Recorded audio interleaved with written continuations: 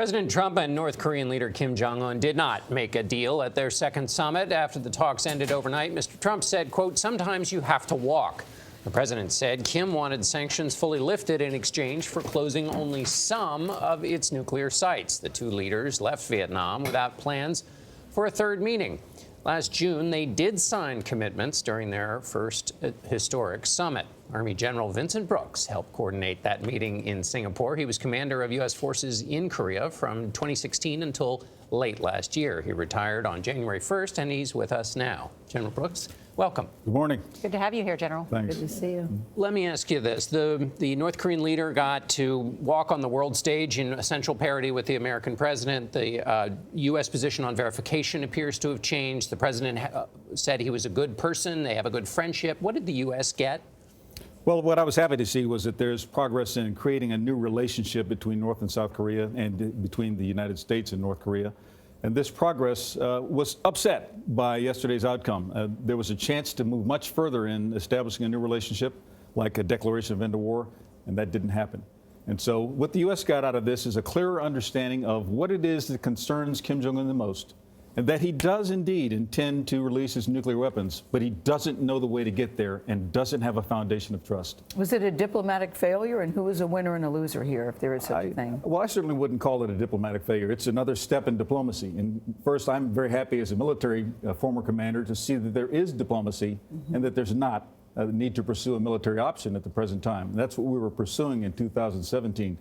But who's the winner in all this? Really no one. No one walked away with what they wanted. South Korea didn't see the progress they hoped for.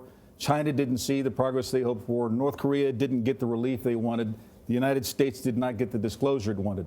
I still don't call that a failure, though. I think this is a clear indication of where we are and how many more steps there have to be. Remember, this is a country that doesn't know anything about trust. Bigger setback for Kim, though? I would say it's a big setback for Kim on the international stage. He has lost face.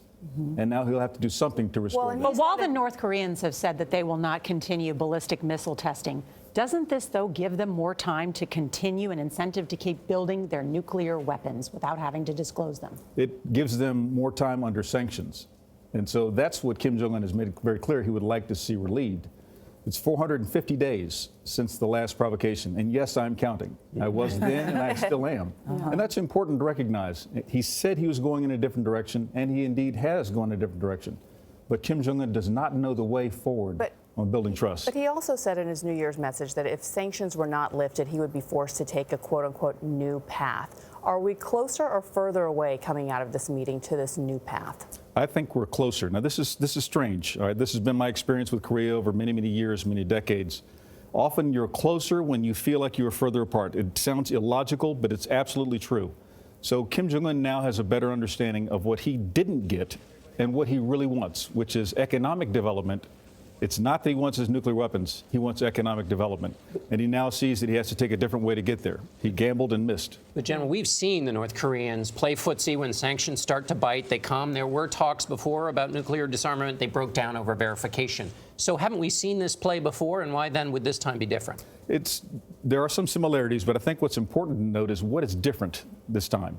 First, Kim Jong Un is different. He's not his father, he's not his grandfather, and he's trying to deliver something that he believed they attempted and failed to do. A new relationship with the United States, peace on the Korean Peninsula, preservation of the regime, and economic growth and development that he delivers.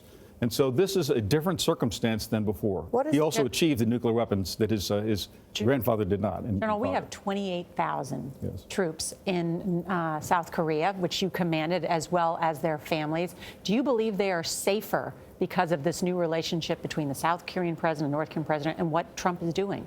Oh, I absolutely do. And as you saw when you were there back in 2017, the environment importantly builds around the sense of whether an immediate danger is emerging or not. And of course, there's the danger of artillery. The weapon systems are still there, but the intention has changed. And a threat really is combined of those two things, capability and intention. And I would say the intention is very low right now to engage in dangerous activities. But there's not the progress that we're looking for, and as a result, some of the danger still remains. You anticipate a third meeting? I do. I think there will be a third meeting, but there will also be another South Korea-North Korea meeting and probably another China-North Korea meeting. And they will express their concerns to Kim Jong Un and maybe help to try to put him back on track as well. He should have you involved in the discussion. Yeah, right. You're very optimistic about things. I like it. Well, I am. I can't be completely disappointed by this. Remember, North Korea is a country that doesn't understand trust. It doesn't have trust internally, and it doesn't have trust experience externally. And so we shouldn't be surprised that they tripped here. The White House will be calling you later today. So. Talking is always better than fighting. Yes. Exactly. General Vincent Brooks, thank you so Thank much. you. All right. Thank you.